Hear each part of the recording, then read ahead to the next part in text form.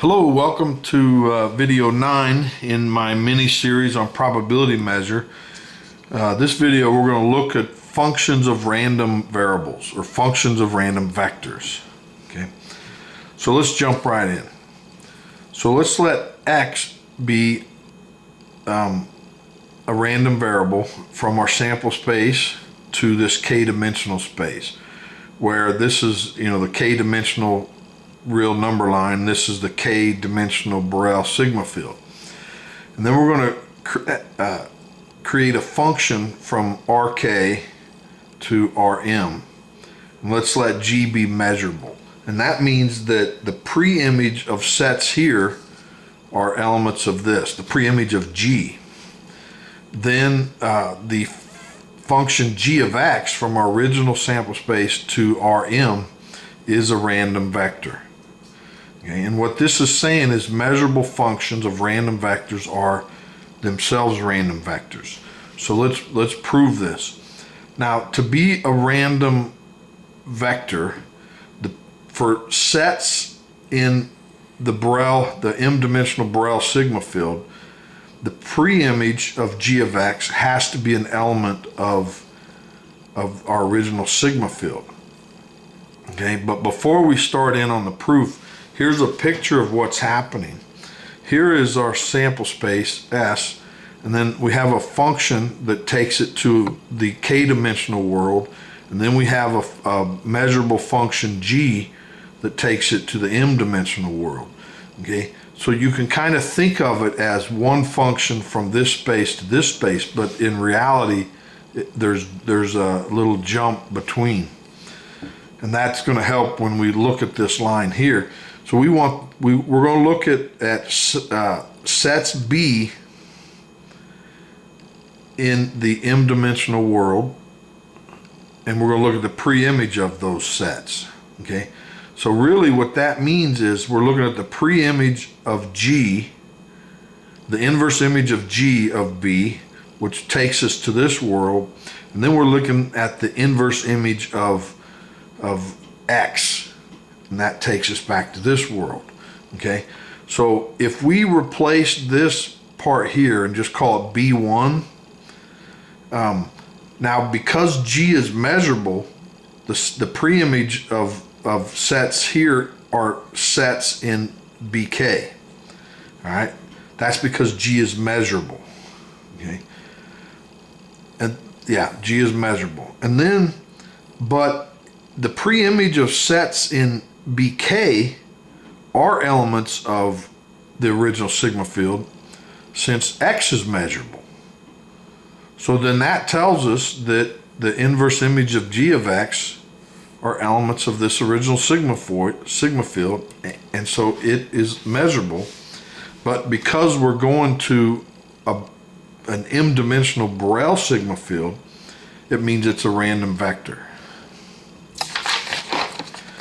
So we're going to revisit the video 10 a little bit, and that's a video that is 15-20 minutes long, but really I wish I had 2 hours. And so we're going to revisit Theorem 10 because I want to look at a corollary of it. We're not going to prove this, but we're going to explain this. So we're going to define a class C star of subsets of T, and T is where, the image of X, such that for all the sets in this sigma field, we're going to create a T that has a preimage of that set.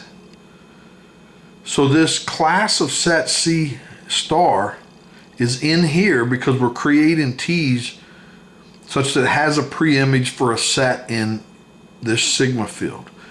Well, based on the properties of X, you can prove that C star is a sigma field. Okay, and it's a big sigma field, a lot of sets in here. So the corollary to Theorem 10 that we're going to prove is that if we pick an arbitrary class of sets in here, okay, that's what C is, and then we're going to create a sigma field from that class and call it D. So D is a sigma field generated from this class C of subsets of script t. Okay. Then x, which is our function, is UD measurable if and only if the preimage of this class is a subset of U. Okay. And this is going to help us with this video. Okay, but let's prove it. So C star has the property that whatever class we pick of subsets of T script, it's going to be a subset of C star. That's just that, because that's such a big set. We're not going to prove it. That's straightforward. So that says that since C is a subset of this, so C is a subset of the sigma field generated from C, which we're calling D. So this is a sigma field, and it is a subset of the sigma field generated from C star, but it's already a sigma field, so we can just call it C star. So C is a subset of C star. So if we can show that this class, the preimage of this class, is contained in U, the original sigma field, then we're done. Then it's measurable. UD measurable. So we're going to assume that it's UD measurable and show that this is a subset of this. So we look at the preimage of C. It's a subset of the preimage of D, right? And that's because of this relationship. And that is a subset of the preimage of C star because of this relationship. But X is UD measurable. So it has to be a subset of the sigma fields of U. That's what the definition of being measurable means.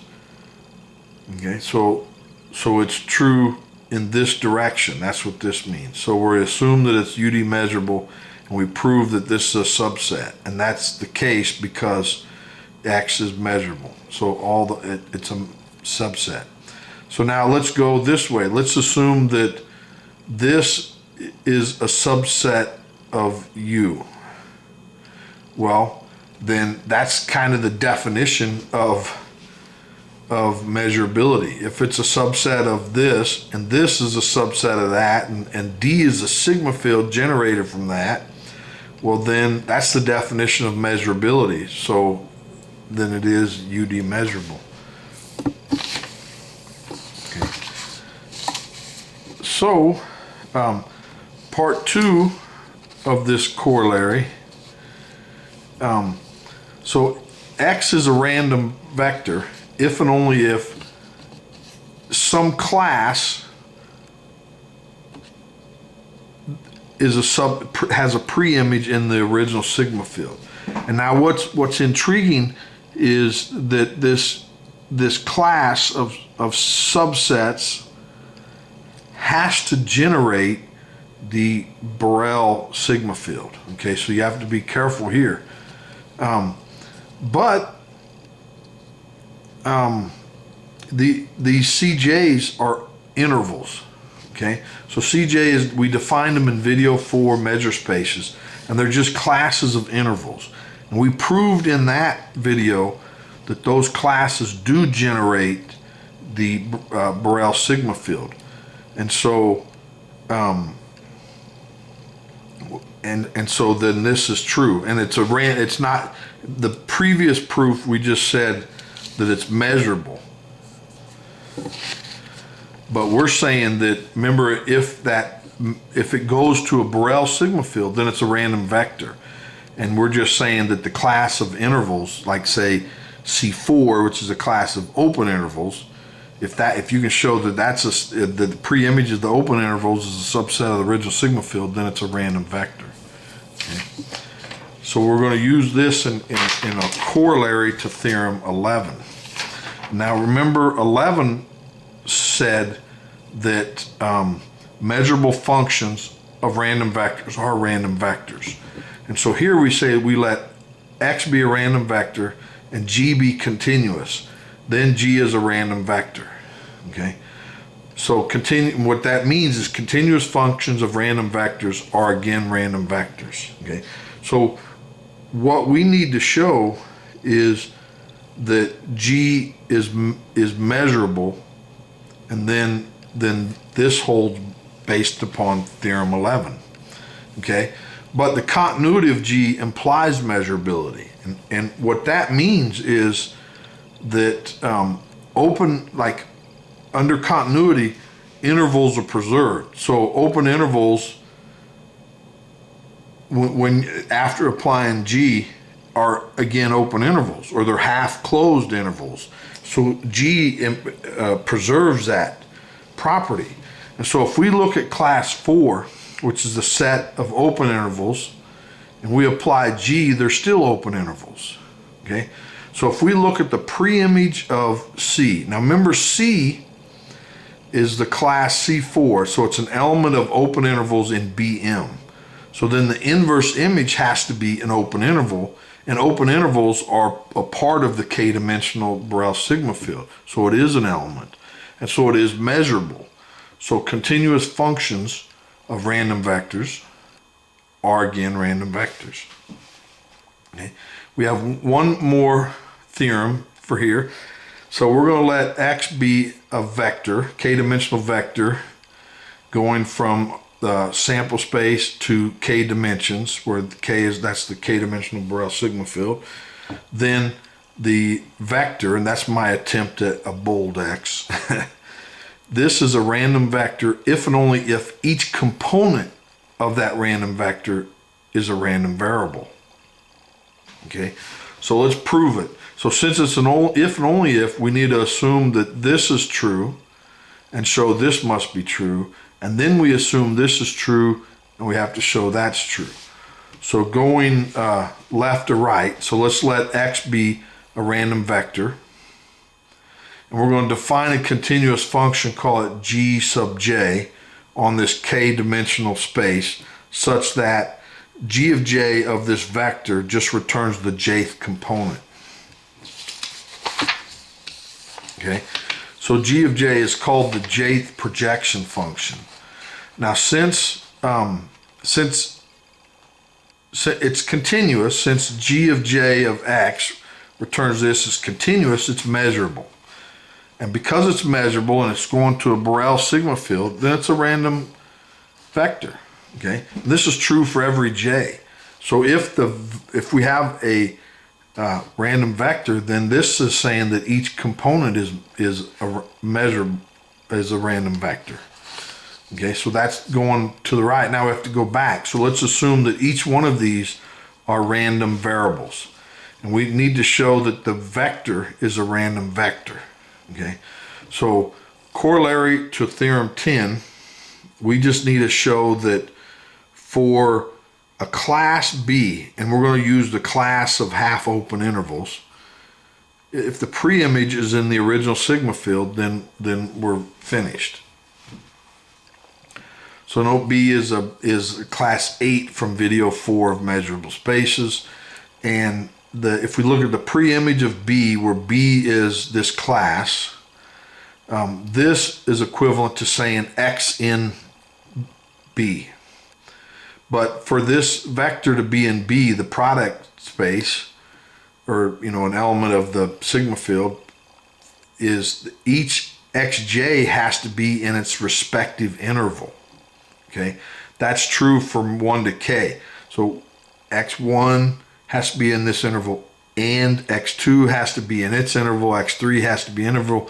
And so that's saying that the intersection of all these this means this. That's the intersection of all the preimages of xj of each respective interval. But we assume that the xj's are random variables. Okay, so that means each one of these is in the sigma field U. And since this is a sigma field, finite intersections of sets in U are also in U. So that means that this is in U. So the preimage of B, this class, is an element of this sigma field. So we're done. Well, that's all I have for today. Hope you enjoyed it. The next video will be cumulative distribution functions. And then I think I'm going to go to stochastic independence. And then I'm going to call her quits for my not so mini series. So thank you. Please like the video if you enjoyed it and subscribe so you don't miss the next one. Thanks. Bye.